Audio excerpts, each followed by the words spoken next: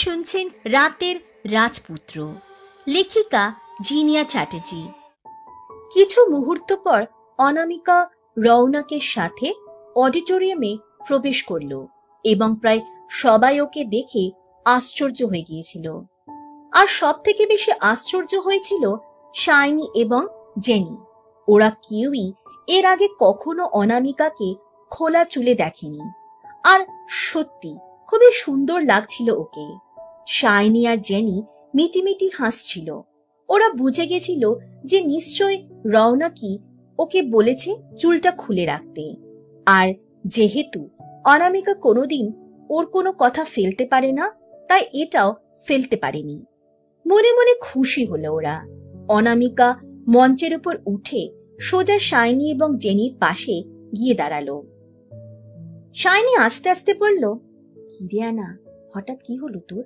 আমাদের বললি চুল খুলবি না, কারণ তোকে খোলা চুলে ভালো লাগে না, আর এখন?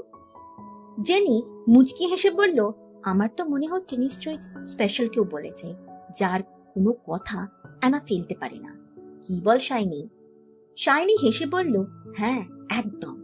আমরা জানি আমাদের কথা না শুনলে রনের কথাও ঠিক শুনবে, ওই তোকে জব্দ করবে দেখিস। অনামিকা ঠোঁট ফুলিয়ে বলল, খালি আমাকে লেখবো, তোরা সত্যি পারিস। ওরা রিহার্সাল আরম্ভ করলো। অনামিকা পুরোপুরি চেষ্টা করছে নিজেকে পারফেক্ট করার, কারণ ও কোনো মতে চায় না ওর জন্য প্রত্যেকের এত পরিশ্রম বিফলে যাক। সময় বইতে লাগলো স্রোতের বেগে। আরো কিছুদিন কেটে গেল। এর মধ্যে ওদের কম্পিটিশনের আর মাত্র 1 সপ্তাহ বাকি। সবাই খুবই পরিশ্রম করছে, আর তা দেখে রৌনকও খুবই খুশি। ও প্রতি মুহূর্তে সবাইকে উৎসাহ যোগাচ্ছে যাতে কেউ পিছিয়ে না পড়ে। আজ রিহার্সাল শেষ করে যখন সবাই চলে গেছিল, তখনও রাজ এবং অনামিকা রিহার্সাল করে যাচ্ছিল। অন্যদের তুলনায় ওদের দুজনের সংলাপের পরিমাণ যেমন বেশি, তেমন পুরো নাটক জুড়ে সব থেকে বেশি সিন ওদেরই আছে, তাই দায়িত্বটাও অনেকাংশে বেশি। তাই ইদানিং একটু বেশি সময় ধরে প্র্যাকটিস করছে ওরা দুজনে। রিহার্সালের মাঝে হঠাৎ রৌনকের একটি কলাশায় ওকে অডিটোরিয়ামের বাইরে যেতে হয়। কিছু মুহূর্তের কথোপকথন শেষ করে যখন ও ভেতরে যাওয়ার জন্য দরজা খুলতে উদ্যত হয়, তখনই কোনো কিছুর আওয়াজে থমকে দাঁড়ায় ও সেখানে। যেহেতু ওর শ্রবণ শক্তি সাধারণ মানুষের তুলনায় বহু গুণ বেশি, তাই ও পরিষ্কার শুনতে পেল যে রাজ অনামিকাকে কিছু বলছে, এবং রৌনক সেখানে দাঁড়িয়ে চুপচাপ শুনতে লাগলো। অডিটোরিয়ামের ভেতর রাজ হয়তো এমন কোনো মুহূর্তের জন্যই অপেক্ষা করছিল।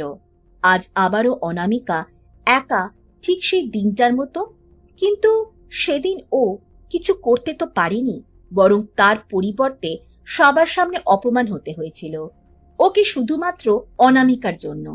যদি রৌনক না জানতো, তাহলে এত অপমানিত কোনোদিনই হতে হতো না ওকে। আর ঠিক সেই দিন থেকে ভিতর ভিতর রাগ পুষে রেখেছিল রাজ। ও জেনে গেছে রৌনক কোনো সাধারণ মানুষ নয়, তাই আর এবার কোনো ঝুঁকি নেবে না। ও ঠিক করেছে অনামিকাকে এতটাই ভয় দেখাবে যে ও রৌনককে এবার কিছু বলার সাহসী আর পাবে না। আর রৌনক না জানতে পারলে অনামিকার সাথে যা ইচ্ছে তাই করতে পারবে রাজ। ওর মনে সেদিন থেকে জেদ চেপে গেছে যে ভাবেই হোক অনামিকাকে নিজের বানাবেই ও। রৌনকের চলে যাওয়ার কিছু মুহূর্ত পরে রাজ অনামিকাকে পিছন দিকে জড়িয়ে ধরল একটা হাত দিয়ে, এবং অপর হাতটি অনামিকার মুখের উপর চেপে ধরল যাতে ও কোনো রকম শব্দ না করতে পারে। অনামিকা ওকে ছাড়ানোর আপ্রাণ চেষ্টা করলেও ব্যর্থ হতে হলো ওকে। রাজ গম্ভীর স্বরে বলল, চেষ্টা করে কোনো লাভ নেই, আর সহজে ছাড়বো না তোকে। খুব রন করছিস, এবার দেখবি তোর রনে কি করি। সেদিন একমাত্র তোর জন্য পুরো ক্লাসের সামনে আমার ইমেজ ডাউন হলো। কি ভেবেছিস কি এত সহজে ছেড়ে দেব তোকে? কিছু করব না? আগের বার তো শুধু কিস করতে চেয়েছিলাম, এবার এমন কিছু করব যে তুই লজ্জায় কাউকে কিছু বলতে পারবি না। আর এবার শুধু একা আমি থাকবো না, আমার সব ফ্রেন্ডসদেরকেও ডাকবো। আর তারপর আমার ইমেজ যেভাবে মাটিতে মিশিয়েছিস সেভাবে তোর মান সম্মান, তোর সবকিছু আমি ধুলোতে মিশিয়ে দেব। তারপর রাজ হঠাৎই ওর কথা বন্ধ করে গম্ভীরভাবে অনামিকার দিকে তাকালো এবং আবারও গম্ভীর কণ্ঠে বলল, আমার কি মনে হয় জানিস, শুধু তুই না, রনেরও সমান দোষ আছে। তাহলে ওকেই বা ছেড়ে দি কি করে বল? অনামিকার চোখ বিস্ফোরিত হয়ে গেল। না, ওর যাই হয়ে যাক, ও কিছুতেই রৌনকের কোনো ক্ষতি হতে দেবে না। অনামিকার চোখ দুটো ভরে উঠল জলে। আর রাজ ওর অশ্রুসজল চোখ দুটি দেখে হেসে বলল, কি হলো, কষ্ট হচ্ছে নাকি? এর থেকেও অনেক গুণ বেশি কষ্ট দেব তোকে আমি যদি রনকে কিছু বলার চেষ্টা করিস। তাহলে আর কোনো দিন ওকে রন বলে ডাকতেই পারবি না। অনামিকা সত্যি খুব ভয় পেয়ে গেল। কিছু বলার চেষ্টা করছিল কিন্তু পারছিল না। অনবরত অশ্রু গড়িয়ে পড়ছিল ওর গালের ওপর। রাজ ধীরে নিজের হাত সরিয়ে নিল অনামিকার মুখের ওপর থেকে। হয়তো বুঝতে পেরেছিল কিছু বলতে চাইল। অনামিকা কান্না ভেজা কণ্ঠে বলল, না প্লিজ, ওকে কিছু করো না, আমি বলবো না, কিচ্ছু বলবো না ওকে। তুমি আমার সাথে যা ইচ্ছে করতে পারো, কিন্তু প্লিজ রনকে কিছু করো না, please, I am begging you. Raj নেতিবাচক মাথা নাড়িয়ে বলল, না বললে ঠিক আছে, আমি কিছু করব না ওকে, কিন্তু যদি ওকে বলে দিস তাহলে কে বলতে পারে হয়তো আর কোনোদিন দেখতেই পাবি না রনকে, আর কোনোদিন ওর কাছে যেতে পারবি না। এতটাই দূরে সরিয়ে দেব ওকে, বুঝেছিস? মনে থাকবে তো কথাগুলি? অনামিকা ইতিবাচক মাথা নাড়লে রাজ ওকে ছেড়ে দিয়ে ওর থেকে দূরে গিয়ে দাঁড়ালো এবং প্র্যাকটিস শুরু করলো, যাতে রৌনক বুঝতে কিছুই না পারে। অনামিকা তাড়াতাড়ি নিজের চোখের জল মুছে নিয়ে দ্রুত চেষ্টা করলো নিজেকে স্বাভাবিক করার। না, ও সত্যি রৌনককে কোনোভাবেই জানতে দেবে না। রাজের কথাগুলি শুনতে শুনতে রাগে রৌনকের চোখ দুটি লাল হয়ে জ্বলে উঠেছিল। রাজকে ওয়ার্ন করার পরও ওর এত বড় স্পর্ধা দেখে খুব একটা বিস্মিত হয়নি রৌনক, কারণ ও বুঝেছিল এত সহজে রাজ ভুলবে না। আর আজ সেই সত্যিটা বেরিয়ে আসলো। এবার সময় এসে গেছে সিদ্ধান্ত নেওয়ার, ওকে ওর প্রাপ্য শাস্তি দেওয়ার। রৌনক মুচকি হেসে বলল, আমি ভেবেছিলাম তুমি হয়তো বুদ্ধিমান, কিন্তু এতটা বোকা ভাবিনি। এবার তুমি বুঝবে যে আমি কি কি করতে পারি। এমন কিছু করব যা স্বপ্নেও ভাবতে পারবে না তুমি, রাজ। শেষের শব্দগুলি বলতে বলতে গম্ভীর হয়ে গেল ওর কণ্ঠস্বর। ধীরে ধীরে নিজেকে শান্ত করে দরজা খুলে ভেতরে প্রবেশ করল রৌনক। তারপর মঞ্চে উঠে ওদের সামনে গিয়ে দাঁড়ালো। রাজ এবং অনামিকা রিহার্সাল থামিয়ে তাকালো ওর দিকে। দেখলো অনামিকার কি সুন্দরভাবে নিজেকে স্বাভাবিক রাখার চেষ্টা চালিয়ে যাচ্ছে, যদিও অনেকাংশে ব্যর্থ হচ্ছে ও, কারণ ওর চোখ বলে দিচ্ছে যে কতটা চিন্তিত অনামিকা এবং কতটা কষ্ট হচ্ছে ওর। রৌনক জানি যে কোনোভাবে রাজকে বোঝাতে দেওয়া যাবে না কিছু এখনই, যদিও অনামিকার সাথে এই বিষয়ে কথা বলবে, কিন্তু নিজেকে ওদের সামনে পুরোপুরি স্বাভাবিক রাখবে রৌনক। ও হেসে বলল, খুব ভালো হচ্ছে প্র্যাকটিস রাজ, ওয়েল ডান। আর আনা, খুব সুন্দর হচ্ছে। কাল সমস্ত টিচার অ্যান্ড প্রিন্সিপাল স্যার থাকবেন। আমি আশা করব যে তোমরা নিজে 100% দেবে। ওরা দুজনে ইতিবাচক মাথা নাড়িয়ে সম্মতি জানালে রৌনক ওদের জানালো যে আজ রিহার্সাল করতে হবে না। রাজ বাড়ি যেতে পারে এবং অনামিকাকে বলল ড্রেস চেঞ্জ করে নিতে, ওরাও তারপর বাড়ি যাবে। অনামিকা ড্রেস চেঞ্জ করে গ্রিন রুম থেকে বেরোনোর পর সোজা চলে গেল অডিটোরিয়ামে, যেখানে রৌনক অপেক্ষা করছিল ওর জন্য। ও ভেতরে যেতে রৌনক ওর হাত ধরে ওকে চেয়ারে বসালো। তারপর ওর সামনে হাঁটু গেড়ে বসে বলল, আনা, তোমার সাথে আমার একটু কথা আছে।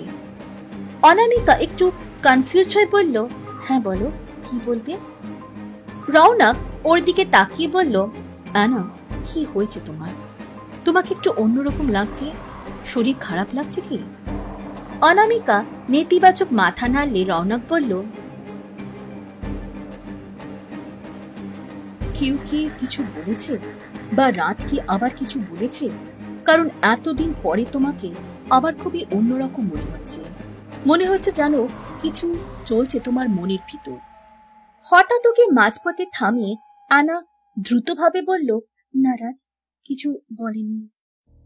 অনামিকা নিচে তাকালো, যেহেতু ও রৌনকের চোখের দিকে তাকিয়ে মিথ্যে বলতে পারে না। রৌনক ওর গালে হাত রেখে শান্ত স্বরে বলল, আমি জানি তুমি কিছু লুকোচ্ছ, কারণ আমি তোমার চোখ পড়তে পারি।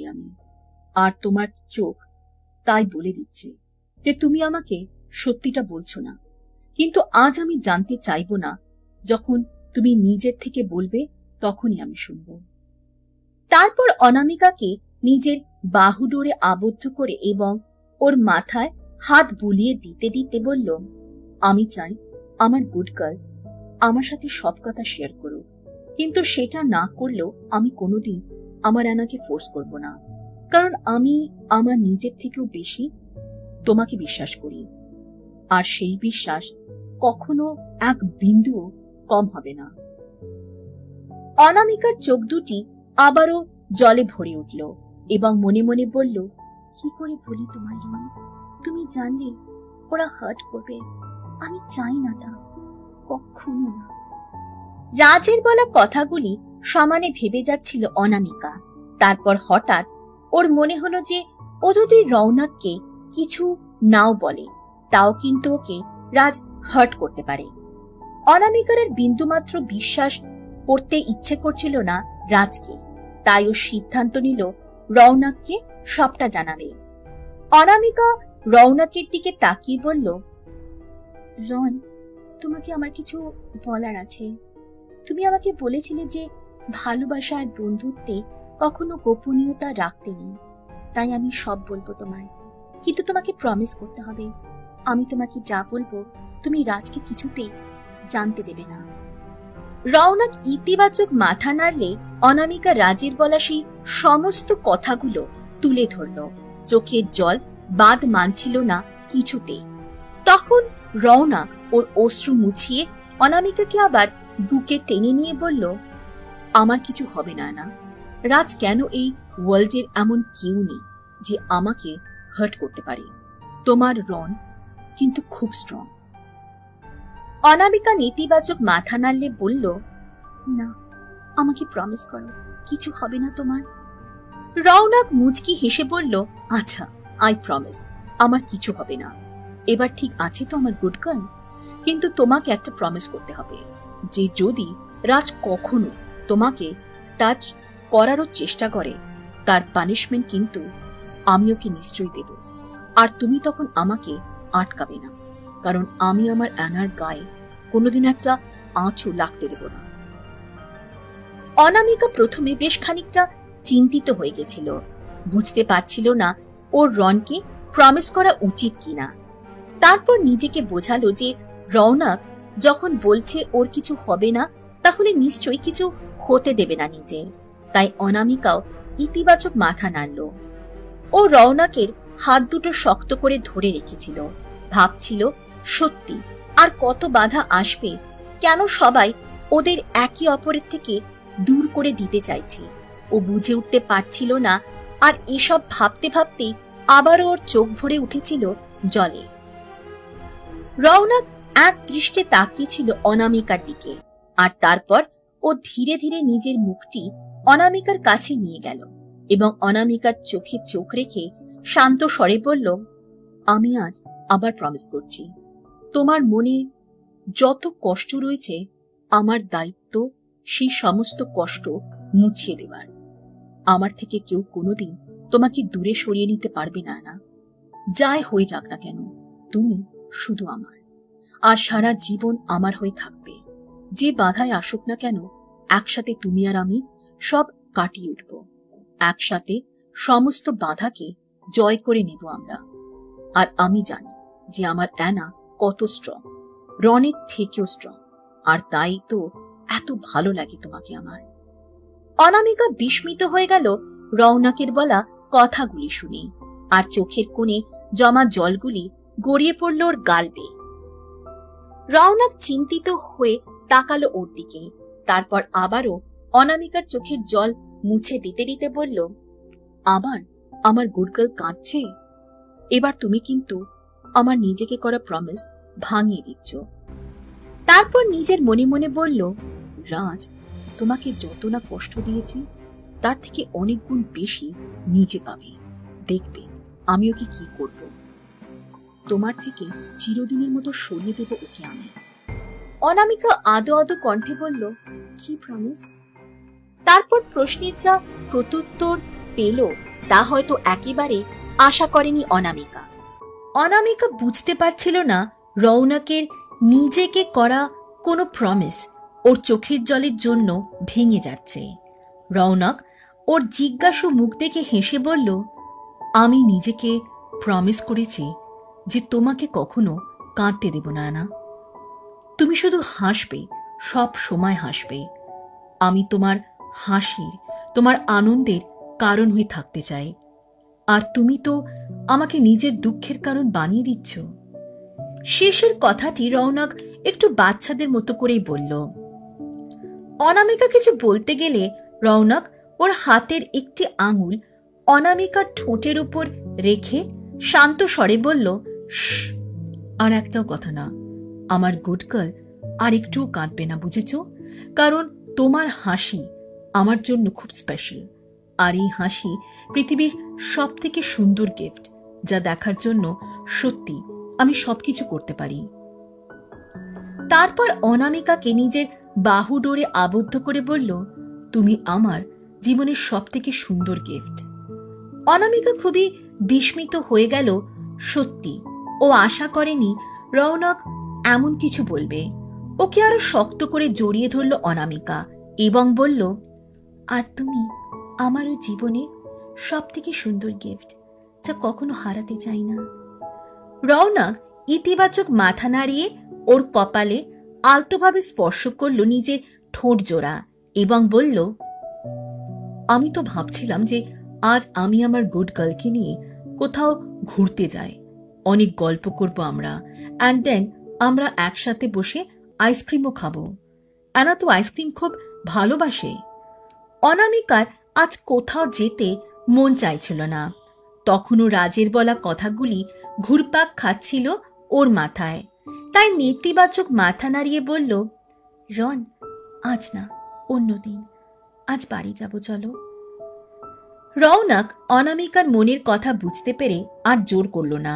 ও বুঝতে পারল যে যতই বলুক না কেন অনামিকার চিন্তা করা স্বাভাবিক। তাই রৌনক উঠে দাঁড়িয়ে বলল, আচ্ছা চলো, তোমাকে বাড়ি পৌঁছে দিই। অনামিকার হাত ধরে উঠে দাঁড়ালো। তারপর অডিটোরিয়াম থেকে বেরিয়ে আসলো একসাথে। ও আস্তে আস্তে বলল, আই এম সরি রন, তোমাকে এভাবে মানা করে দিলাম। প্লিজ কিছু মাইন্ড করো না। রৌনক মিষ্টি করে হেসে বলল, আমি কোনো দিন আমার গুড গার্লের কথায় কিছু মাইন্ড করতে পারি? অ্যানা, আমি তোমাকে বলেছি না, কোনোদিন আমি তোমাকে ফোর্স করব না। I always respect your decision. অন্য একদিন নিশ্চয়ই লং ড্রাইভে যাওয়া যাবে। এখন বাড়িতে গিয়ে রেস্ট নেবে। আর হ্যাঁ, একদম বেশি ভাববে না রাজের কথা। ও নিশ্চয়ই পানিশমেন্ট পাবে। আমি বলেছি না, একটা আঁচড়ও লাগতে দেব না তোমার গায়ে। রন তোমার সাথে আছে, আর রন থাকতে এই ওয়ার্ল্ডে কারোর সাহস হবে না আমার অ্যানাকে টাচ করার। তুমি কিন্তু একদম স্যাড হবে না, নইলে কিন্তু। অনামিকা দ্রুত ইতিবাচক মাথা নাড়িয়ে বলে উঠল, আমি জানি, আমি স্যাড থাকলে তুমিও যে হ্যাপি থাকো না, আর তাই আমি একটু স্যাড থাকবো না। হাসি ফুটে উঠল ওর মুখে। তারপর একসাথে বাড়ির উদ্দেশ্যে রওনা হলো ওরা। অনামিকা চেষ্টা করলেও কিছুতেই সেই কথাগুলো ভুলতে পারছিল না। তবুও চেষ্টা চালিয়ে যেতে থাকলো খুশি থাকার।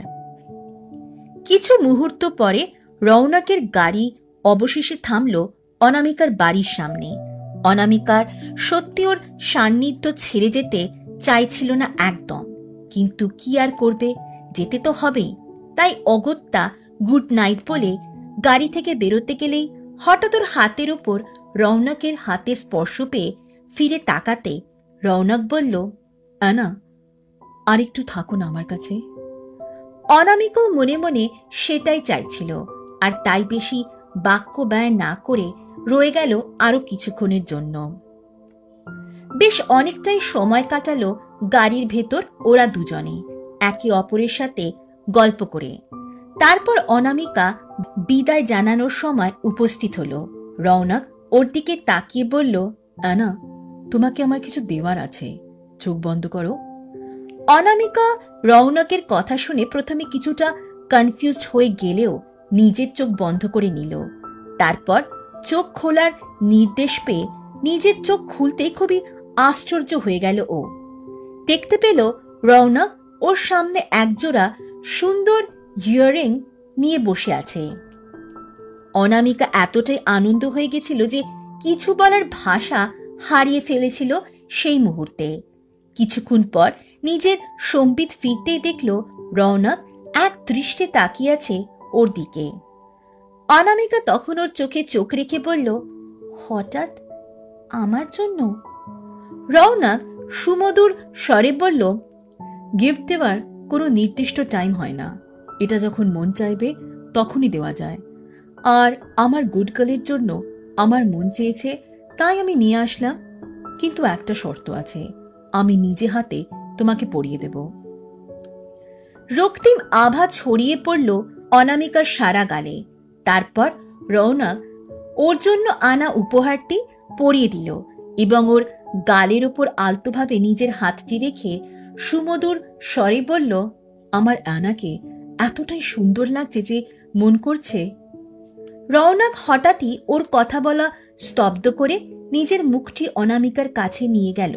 তারপর অনামিকার গালের ওপর বিস্তৃত চুলগুলো আলতো করে সরিয়ে দিয়ে রৌনক ওর গালে নিজের ঠোঁট ছুঁয়ে দিল, পরম আবেশের সাথে।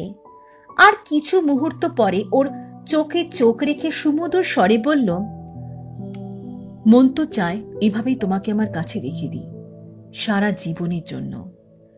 অনামিকা সত্যি স্তম্ভিত হয়ে গেছিল কিছু মুহূর্তের জন্য। বিস্ফোরিত চোখে তাকিয়েছিল রৌনকের মুখের দিকে। শরীর যেন অসাড় হয়ে গিয়েছিল ওর, আর অনুভূতিগুলো তোলপাড় করে তুলছিল ওর মনকে। লজ্জায় লাল হয়ে গেল অনামিকা, আর পরক্ষণে ওর রক্তিম মুখটি লুকিয়ে নিল রৌনকের বুকের মাঝে। সশব্দে হেসে উঠল রৌনক অনামিকাকে জড়িয়ে ধরে। তারপর শান্ত স্বরে বলল, আমার অ্যানার কি খারাপ লেগেছে? যদি লাগে তাহলে আর কখনো করব না। অনামিকা নেতিবাচক মাথা নাড়িয়ে ওর দিকে তাকিয়ে বলল, না না, আমার সত্যি একটুও খারাপ লাগেনি, আর তুমি করতেই পারো।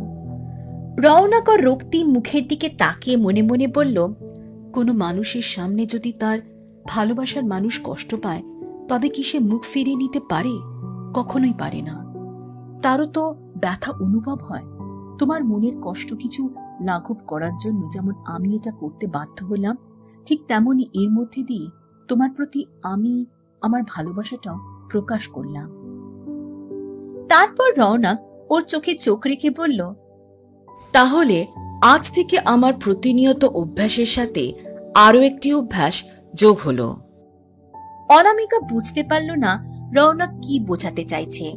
তখন ওর জিজ্ঞাসু মুখের দিকে তাকিয়ে রৌনক শান্ত স্বরে বলল, আমি বুঝিয়ে দিচ্ছি। এবার থেকে প্রত্যেক দিন তোমাকে যখন গুড নাইট বলবো, তার সাথে সাথে আমার গুড গার্লের গালেতে গুড নাইট কিসটাও করব। তাহলে হয়ে গেল আমার প্রতিদিনের অভ্যাস। অনামিকা ইতিবাচক মাথা নাড়ল, তারপর বলল, তুমি সাবধানে বাড়ি যেও, কি আর পৌঁছে আমাকে কল করে দিও। রৌনক মিষ্টি করে হেসে বলল, যা আজ্ঞা ম্যাডাম।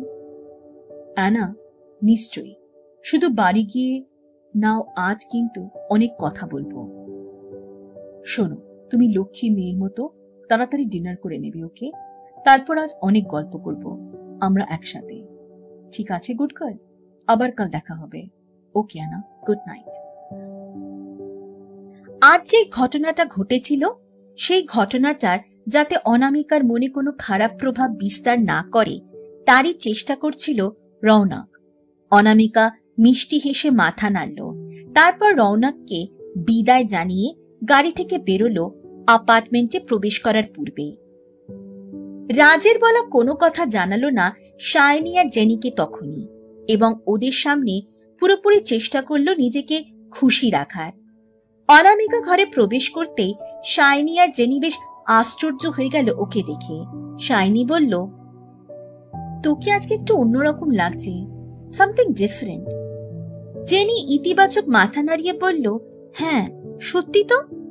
তারপর অনামিকার ইয়াররিংস এর দিকে চোখ যেতেই বলল, এই আনা, তুই নতুন ইয়াররিংস পরেছিস?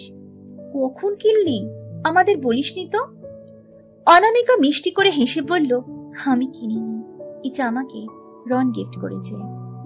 শাইনি টোন কেটে বলল, ও আচ্ছা, তাই ভাবছি আমাদের না জানিয়ে এসব করা হচ্ছে। অনামিকা লজ্জায় লাল হয়ে গেল আর আদো আদো ভাবে বলল, তোরা আবার শুরু করলি আমাকে লেগ পুল করা। রৌনক বাড়ি পৌঁছে সোজা ও রুমে চলে গেল।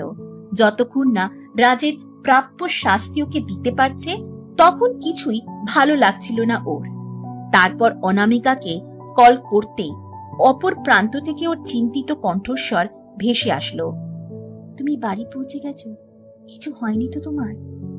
রৌনক ওর প্রশ্ন শুনে সশব্দে হেসে উঠে বলল, অ্যানা, এত ভয় পাচ্ছ কেন? কিচ্ছু হয়নি আমার। তোমাকে বলেছি না একদম চিন্তা করবে না। প্রমিস, যখন করেছি নিশ্চয়ই রাখবো। আচ্ছা শোন, এবার ডিনার করে নাও, ঠিক আছে? তারপর কথা হবে, ওকে আমার গুড গার্ল? রৌনকের প্রত্যুত্তর শুনে অনামিকা যেন হাঁপ ছেড়ে বাঁচল, কারণ রাজকে একদম বিশ্বাস করে না ও। আর কারণ রাজ যখন তখন যা খুশি করতে পারে, আর সেটা ভালো মতো করেই বুঝে গেছে অনামিকা।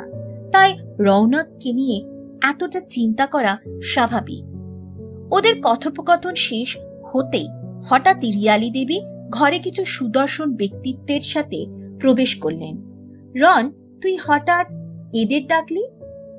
তারা রৌনককে মাথা নত করে অভিবাদন জানিয়ে বলল, প্রিন্স, আপনি আমাদের ডেকেছেন, বলুন কি করতে হবে আপনার জন্য।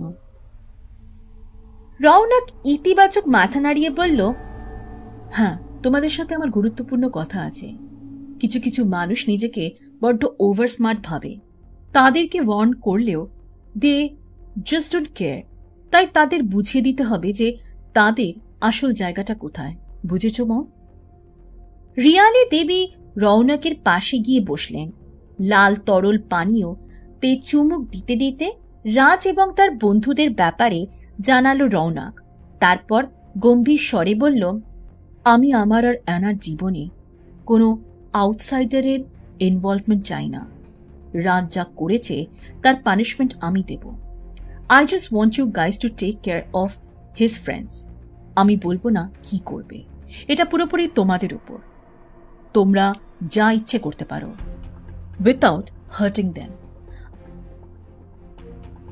আমি জাস্ট কাল সকালের মধ্যে এই নিউজটা পেতে চাই যে ওরা প্রত্যেকে এই দেশ ছেড়ে চলে গেছে। তারা ইতিবাচক মাথা নাড়িয়ে বিদায় জানিয়ে চলে গেলে রিয়ালি দেবী বললেন, এত ভালো যখন বাসিস ওকে, বলছিস না কেন? আনার মা বাবাও তো চায় তোদের একসাথে দেখতে। রৌনক শান্ত স্বরে বলল, বলবো মম, খুব তাড়াতাড়ি। শুধু একবার আমার প্ল্যান সাকসেসফুল হতে দাও, আর এই নাটকটা শেষ হোক। কারণ আমি যা ভেবে দেখেছি তা যদি হয় তাহলে অ্যানা আমার সামনে আনকমফোর্টেবল ফিল করবে, সেটা আমি চাই না। একদম চিন্তা করো না, আমি ঠিক সময় ওকে জানিয়ে দেব। অনামিকা ডিনার শেষ করে অনেক রাত পর্যন্ত গল্প করল রৌনকের সাথে। ওর মাঝে মাঝে ভাবতে খুব অবাক লাগে এত কেয়ারিং কেউ হতে পারে। গল্প করতে করতে কখন যে ঘুমিয়ে পড়েছিল অনামিকা তা বুঝতেই পারেনি। পরের দিন কলেজের শেষে সবাই অডিটোরিয়ামে প্রবেশ করল। নাটক শুরু হওয়ার আগে সবাই নিজ নিজ কস্টিউম পরে মঞ্চে প্রবেশ করলে নাটক আরম্ভ হলো। রাজ আর অনামিকা একসাথে মঞ্চে উঠল। এত নার্ভাস লাগছিল যে সমস্ত কিছু গুলিয়ে যাচ্ছিল ওর। কলেজের সমস্ত টিচার এবং প্রিন্সিপালের সামনে আজ উপস্থিত হবে, আজ ফাইনাল কম্পিটিশনের আগে। অনামিকা মনে মনে ভাবল, যাই হয়ে যাক না কেন, আজও দেখিয়ে দেবে এতদিনের পরিশ্রমের ফলকে সুন্দরভাবে ওর পারফরমেন্সের মাধ্যমে ফুটিয়ে তুলে।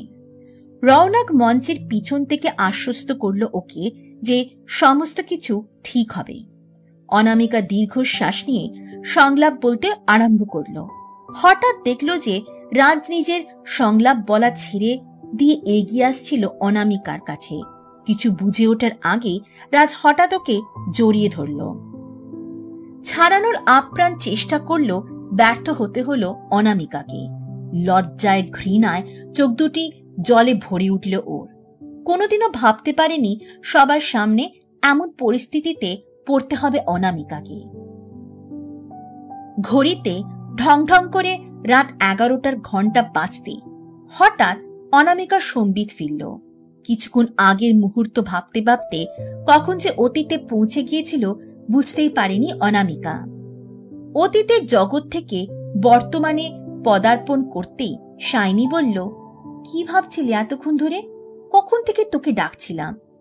অনামিকা বলল, কিছুতেই মিলাতে পারছি না। রাজ হঠাৎ তখন এমনটা কেন করল? শাইনি ইতিবাচক মাথা নাড়িয়ে বলল, সেটা তো ঠিক, কিন্তু আমি ভাবছি অন্য কথা। এবার রোমিও কে হবে? আজ রাজকে তো কলেজ থেকে বার করে দিয়েছে। এবার কে ওর রোলটা প্লে করবে? আমাদের নাটকটা আদৌ হবে তো? ওদের মনে তখন একটাই প্রশ্ন ঘোরাঘুরি করছিল, যে এতদিনের পরিশ্রম সব কি বিফলে চলে যাবে? অনামিকা, জেনি এবং শাইনি প্রত্যেকের নাটকের ব্যাপারটা নিয়ে বেশ চিন্তিত ছিল। ওরা বুঝে উঠতে পারছিল না যে এবার কি হবে। জেনি শান্ত স্বরে বলল, দেখ, আমার মনে হয় এবার আমাদের শুয়ে পড়া উচিত। যা ডিসিশন হবে সবাই একসাথেই নেব। দেখা যাক কাল কলেজে গিয়ে প্রিন্সিপাল স্যার কি বলেন। অনামিকা এবং শাইনি ইতিবাচক মাথা নাড়িয়ে শুয়ে পড়ল। অনামিকা ঘুমানোর চেষ্টা করলেও ঘুম আসছিল না। ওর চোখের সামনে ভেসে উঠছিল আজ সন্ধ্যেতে ঘটে যাওয়া সে ঘটনাগুলো। সে কথাগুলো ভাবতে ভাবতেই আবারও অতীতে হারিয়ে গেল ও। অনামিকা আপ্রাণ চেষ্টা করছিল রাজের বন্ধন থেকে নিজেকে মুক্ত করার, কিন্তু কিছুই করতে পারছিল না। তবুও চেষ্টা চালিয়ে যাচ্ছিল। রওনা নিজেকে শান্ত রেখেছিল কোনো মতে। আজ নিজেকে শান্ত না রাখলে রাজের আসল সত্যিটা কোনোভাবে প্রকাশ পাবে না। রওনাক মনে মনে বলল, আনা, আমাকে ক্ষমা করে দিও। তোমাকে কাঁদাতে চাই না, কিন্তু এভাবে ওর আসল রূপটা সবার সামনে আসবে। চিরদিনের মতন তোমার জীবন থেকে ওকে সরিয়ে দেব। আমি নিজেকে প্রমিস করেছি। ওকে বারবার ওয়ার্ন করার পরেও যা করছে তাতে যোগ্য শাস্তি হলো মৃত্যু। কিন্তু শুধুমাত্র তোমার জন্য আমি ওকে মারতে চেয়েও মারতে পারছি না। তাই আমি আজ এমন কিছু করব যাতে চিরদিনের মতো এই দেশ ছেড়ে চলে যেতে হবে ওকে। অনামিকা কান্না ভেজা কণ্ঠে বলে উঠল, রাজ, আমাকে ছাড়ো। কি করছো কি তুমি? কিন্তু কোনো কথাগুলো যেন রাজের কানে যাচ্ছিল না। রাজ হঠাৎই বলতে আরম্ভ করল অনামিকাকে দেওয়া সেই কুপ্রস্তাবগুলির ব্যাপারে, রৌনককে অনামিকার জীবন থেকে সরিয়ে দেবার ব্যাপারে। এক নিঃশ্বাসে সমস্ত কিছু বলে যাচ্ছিল রাজ। দেখে মনে হচ্ছিল যেন কেউ ওকে সমহিত করে চালনা করছে। রাজ অনামিকাকে যে সমস্ত কথা গোপন রাখতে বলছিল সেই আজ গোপনীয় সত্যিগুলি সবার সামনে প্রকাশ করে দিয়েছিল রাজ নিজে। ওখানে উপস্থিত সকলে কিছু মুহূর্তের জন্য হতভম্ব হয়েছিল রাজের কার্যকলাপ দেখে। ঠিক তখনই হঠাৎ রওনক মঞ্চে প্রবেশ করে রাজকে ছাড়ানোর চেষ্টা করতে লাগল। রওনক গম্ভীর স্বরে বলল, রাজ, স্টপ ইট। কি করছো কি তুমি? আনাকে ছাড়ো এখনই। রাজ চিৎকার করে বলে উঠল, ও আমার, আমি আনাকে কারোর হতে দেব না। শি ইজ অনলি মাইন, আর Ron, I will kill you. এই বলে রাজ অনামিকাকে ছেড়ে দিয়ে রওনকের দিকে দ্রুত এগিয়ে গেল ওকে হার্ট করার উদ্দেশ্যে।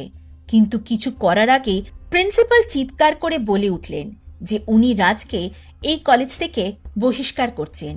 ঠিক সেই মুহূর্তে হঠাৎই রাজের যেন সম্বিত ফিরে আসে। ও কিছু বুঝে ওঠার আগে প্রিন্সিপাল স্যার আজকে সবার সামনে ঘটে যাওয়া ঘটনাটি উল্লেখ করে বলেন যে সেটি খুবই নিন্দনীয়। সত্যি উনি ভাবতে পারেননি যে এমন কিছু হবে, এবং উনি দেখবেন যাতে রাজ এদেশের কোনো জায়গাতে আর পড়ার সুযোগ না পায়। রাজ নিজের কার্যকলাপের কথা শুনে নিজেই হতভম্ব, কারণ এতক্ষণ যা ঘটেছিল তার কিছুই মনে ছিল না ওর। বারংবার সবার কাছে ক্ষমা চাইলেও নিজের সিদ্ধান্তে অনড় ছিল প্রত্যেকে। রাজ কোনো মতে তা সহ্য করতে না পেরে চিৎকার করতে করতে এগিয়ে যায় রওনকের দিকে। তুমি করেছ, আমি জানি। অ্যানা তোমাকে বলেছে না? আমি ছাড়ব না তোমায়, কোনো মতেই ছাড়ব না। রওনক ওর সামনে দাঁড়িয়ে এবং ওর দিকে তাকিয়ে ধীর স্বরে বলল, অ্যানা কিছু বলেনি। তুমি হয়তো ভুলে গেছিলে আমার সত্যতা। I can read your mind. তাই আমি আগে থেকে সব জানতাম যে তুমি কি করতে চাইছিলে, আর এখন এখানে যা কিছু হয়েছে তা আমি তোমাকে দিয়ে করিয়েছি। তুমি আমার কন্ট্রোলে ছিলে। আমি চাইলে অনেক কিছু করতে পারতাম, কিন্তু করিনি। শুধু তোমার সত্যিটা সবার সামনে তুলে ধরেছি। এবার নিশ্চয়ই বুঝেছ যে আমি কি কি করতে পারি। একটা কথা শুনে রাখো, যদি নিজের জীবন ভালোবাসো তাহলে তোমার বন্ধুদের মতোই ইমিডিয়েটলি এই দেশ ছেড়ে চলে যাও, নইলে তোমার শরীরের শেষ রক্ত বিন্দুটুকুও আমি রাখব না। Get out. রাজ সত্যি খুবই ভীত এবং আশ্চর্য হয়ে গেছিল। এবার বুঝতে পেরেছিল কেন কাল থেকে ওর বন্ধুর সাথে কোনো রকম যোগাযোগ ছিল না ওর। ও আরো বুঝতে পারল যে রওনকের কথা অবিশ্বাস করলেই এবার ওর মৃত্যু নিশ্চিত। তাই আর এক মুহূর্ত দেরি না করে সেখান থেকে প্রস্থান করল রাজ। অনামিকা তখন এতটাই অবাক হয়ে গিয়েছিল যে বুঝে উঠতে পারছিল না ওর কি করা উচিত। শুধু নিশ্চুপভাবে দাঁড়িয়েছিল সেখানে। রাত চলে যাবার পর প্রিন্সিপাল মঞ্চে প্রবেশ করে বললেন, অনামিকার মাথায় হাত বুলিয়ে দিতে দিতে, যে অনামিকার সাথে আজ যা হয়েছে তাতে উনি সত্যিই খুব দুঃখিত, কিন্তু ওর কিছু হবে না, তাই যেন অনামিকা একদম ভয় না পায়। তারপর জানালেন যে আজ আর কোনো রিহার্সাল হবে না, সুতরাং প্রত্যেকে বাড়ি চলে যেতে পারে। সবাই ইতিবাচক মাথা নাড়িয়ে প্রস্থান আরম্ভ করলে অনামিকা দেখল রওনক প্রিন্সিপালের সাথে কোনো বিষয় আলোচনা করছিল। তাই আর কথা না বাড়িয়ে অনামিকা শাইনি এবং জেনির সাথে গ্রিন রুমে গিয়ে শুনতে পেল যে প্রত্যেকে রাজের বিরুদ্ধে নিজের ক্ষোভ উগরে দিচ্ছে, এবং তারা জানালো যে যাই হোক না কেন সবাই অনামিকা সাথে আছে। অনামিকা মনে মনে ভরসা পেল এবং ড্রেস চেঞ্জ করে অডিটোরিয়ামের সামনে এসে উপস্থিত হলে দেখতে পেল রওনক সেখানে ওর জন্যই অপেক্ষা করছিল। অনামিকা ওর সামনে দাঁড়াতেই রওনক বলল, Anna, I am really sorry, আজ তোমাকে বাড়িতে নিয়ে যেতে পারবো না। প্রিন্সিপাল স্যার ইমিডিয়েটলি মিটিং করতে চাইছেন, অ্যান্ড আমাকে ওখানে থাকতেই হবে। শাইনি আর জেরি ওরা চলে গেছে কি? অনামিকা ইতিবাচক মাথা নাড়িয়ে বলল, হ্যাঁ, ওরা তো বেরিয়েই গেছে। আমার তো তোমার সাথে যাওয়ার কথা, তাই। রওনক শান্ত স্বরে বলল, তুমি একবার কল করে দেখবে যে ওরা কত দূর গেছে। বেশি দূর না গেলে ওদের ওয়েট করতে বলো। অনামিকা কল করলে ওরা জানালো যে কলেজ থেকে মাত্র 5 মিনিটের দূরত্বে আছে ওরা, অনামিকা তা জানালে রৌনক বলল, আচ্ছা ঠিক আছে, বলো আমি ক্যাব বুক করে দিচ্ছি, তুমি ওদের সাথে চলে যাবে। অনামিকা শান্ত স্বরে বলল, আমি ঠিক চলে যাব, তুমি এত চিন্তা করো না, তুমি যাও, মিটিং শুরু হয়ে যাবে। রৌনক ইতিবাচক মাথা নাড়িয়ে বলল, একদম না, মিটিং আমার কাছে তোমার থেকে বেশি ইম্পর্টেন্ট নয়, শুধু প্রিন্সিপাল স্যারের জন্য আমাকে থাকতে হচ্ছে। ও ক্যাব বুক করে অনামিকাকে বলল, ক্যাব এক্ষুনি চলে আসবে, চলো আমি তোমাকে এগিয়ে দিয়ে আসছি। ওরা একটু এগোতেই দেখল শাইনি আর জেনি কলেজের গেটের সামনে ওর জন্য অপেক্ষা করছিল। আজ অনামিকা ওদের সাথে একেবারে বাড়িতেই যাবে। কিছুক্ষণের মধ্যে ক্যাব চলে আসলে রৌনক শান্ত স্বরে বলল, অ্যানা শোনো, বাড়িতে পৌঁছে আমাকে কিন্তু একটা কল করবে, ঠিক আছে? আজকেও রাতে কিন্তু অনেক গল্প করব আমি আমার গুড গার্লের সাথে।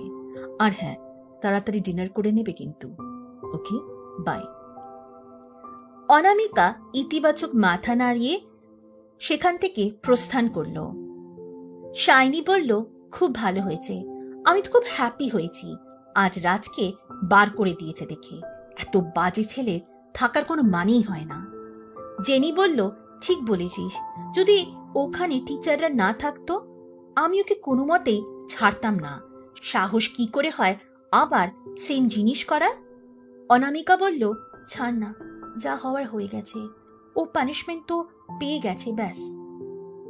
শাইনি বলল, হ্যাঁ না, ঠিক বলেছে, ওই রাজের কথা বলে শুধুমুধু মুড খারাপ করার কোনো মানেই হয় না। অনামিকা ইতিবাচক মাথা নাড়ালো। অনেক প্রশ্নের আনাগোনা ওর মনের ভেতর চলছিল। তার মধ্যে অন্যতম হলো রাজ নিজেই সেই গোপনীয় কথাগুলো অত অকপটে সবার সামনে তুলে ধরল কিভাবে। কোনোদিন তার উত্তর পাবে কিনা অনামিকার তা জানা নেই। হঠাৎ ফোনের আওয়াজে অতীত থেকে বাস্তবে ফিরে এলো অনামিকা। ফোনের ওপর চোখ পড়তেই মুখে অনাবিল হাসি ফুটে উঠল ওর। আজ সন্ধ্যেতে বাড়ি পৌঁছে যাওয়ার কথা ছাড়া আর তেমন কোনো কথা হয়নি অনামিকার রৌনকের সাথে। তাই সেই গভীর রাতে একে অপরের সাথে কথোপকথনের মাধ্যমে ওরা পৌঁছে গিয়েছিল নিজেদের জগতে। অনামিকা আজও গল্প করতে করতে কখন যে ঘুমিয়ে পড়ল তা বুঝতেই পারল না। পরদিন সকালে কলেজে ক্লাস শুরু হওয়ার সাথে সাথে রৌনক প্রিন্সিপাল স্যারের সঙ্গে প্রবেশ করল। একমাত্র অনামিকাই প্রিন্সিপালের এখানে আসার উদ্দেশ্য আগে থেকেই জানত, কারণ গত রাত্রে তাকে ফোনে জানিয়েছিল রন যে বেশ কয়েকবার মিটিংয়ের পরেও কোনো আশানুরূপ সিদ্ধান্তে পৌঁছতে পারেনি ওরা, এবং সেই কথাটি প্রিন্সিপাল সবার সামনে তুলে ধরলেন। এবং উনি আরও জানালেন যে নায়ক ছাড়া নাটক করা সম্ভব না, আর তাই যদি আজকের মধ্যে রোমিও নির্বাচিত না হয় তাহলে হয়তো কম্পিটিশন থেকে ওদের কলেজের নাম প্রত্যাহার করে নিতে হবে, কারণ হাতে মাত্র আর 5 দিন সময় রয়েছে। সবাই খুব চিন্তায় পড়ে গেল। কলেজ শেষ হলে যথারীতি সবাই অডিটোরিয়ামে উপস্থিত হলো। সেখানে প্রিন্সিপাল উপস্থিত ছিলেন। তিনি জানান, যেহেতু নাটকের কোনো নায়ক নির্বাচিত হয়নি, কারণ এত কম সময়ের মধ্যে কেউই সমস্ত কিছু শিখতে পারবে না, তাই হয়তো তারা নাম প্রত্যাহার করে নেবে। ঠিক তখনই শাইনি বলল, I know a person who can do the role perfectly. Ron, তুমি? রৌনক আশ্চর্য হয়ে গেলেও ও আবারও বলল, হ্যাঁ তুমি পারবে, তুমি তো নিজেই এই প্লেটা ডাইরেক্ট করছো, ইউ নো এভরিথিং, তাই আমার মনে হয় তুমি সব থেকে ভালোভাবে এই ক্যারেক্টারটা করতে পারবে, এবং তুমি থাকলে আমরা সাহসও পাব। সবাই ওর সিদ্ধান্তকে সমর্থন করলে প্র্যাকটিস শুরু হলো। প্রিন্সিপাল খুশি হয়ে বললেন যে রৌনক সেই রোলটা করলে উনি সত্যি খুব খুশি হবেন। সব থেকে বেশি খুশি হয়েছিল অনামিকা। প্রিন্সিপাল প্রস্থান করার পর রিহার্সাল আরম্ভ হলো সেদিনে। সবাই খুব আনন্দিত যে এবার আর ওদের কলেজের নাম প্রত্যাহার করতে হবে না। অনামিকা এবং রৌনকের রিহার্সালের সময় শাইনি হঠাৎ বলল, কিছু একটা মিসিং লাগছে। আই মিন কেমিস্ট্রি, একটু রোম্যান্স। রৌনক ইতিবাচক মাথা নাড়িয়ে বলল, আনা যেহেতু আনকমফোর্টেবল ফিল করে তাই করছি না, আদারওয়াইজ আমার কোনো প্রবলেম নেই, কিন্তু আমি ওকে ফোর্স করতে চাই না কোনোভাবেই। জেনি বলল, সে তো রাত ছিল তাই, কিন্তু আমি জানি ও তোমার সাথে নিশ্চয়ই কমফোর্টেবল ফিল করবে। অনামিকা ওর দিকে চোখ বড় বড় করে তাকালে জেনি মুচকি হাসল। অনামিকা মনে মনে বলল, তারা তোর হবে। রৌনক শান্ত স্বরে বলল, তুমি কি করবে আনা? অনামিকা ওর দিকে তাকিয়ে ইতিবাচক মাথা নাড়িয়ে বলল, একটু রোমান্স করাই যেতে পারে। আবারও রিহার্সাল আরম্ভ হলো। অনামিকা সমস্ত কিছু যথার্থভাবে করতে পারলেও রোম্যান্টিক দৃশ্যে কিছুতেই নিজেকে মেলে ধরতে পারছিল না। জেনি শাইনিকে বলল, না এভাবে চলবে না, আমাকেই কিছু করতে হবে। এত লজ্জা যে কোথায় রাখে মেয়েটা কি জানে। শাইনি রৌনকের সামনে গিয়ে বলল, রন, একটু কথা আছে তোমার সাথে, শোনো। রৌনক ইতিবাচক মাথা নাড়িয়ে বলল, হ্যাঁ বলো, কি কথা? জেনি আর শাইনি ওর সাথে একটু দূরে গিয়ে দাঁড়িয়ে বলল, দেখো, আমার মনে হয় তোমাকে আগে রোম্যান্টিক হতে হবে, নইলে অনামিকার দ্বারা কিচ্ছু হবে না। ও লজ্জাবতী হয়ে রয়ে যাবে, তোমাকে ভাঙতে হবে ওর লজ্জাকে। রৌনক মিষ্টি হেসে বলল, সে তো আমি চাই ওর সাথে রোম্যান্স করতে, না মানে এই প্লেতে, কিন্তু। শাইনি বলল, ও ফোর্সড ফিল করবে না আমি জানি। চলো, একটা আইডিয়া আছে, দেখবে কিভাবে অ্যানা মেনে যায়।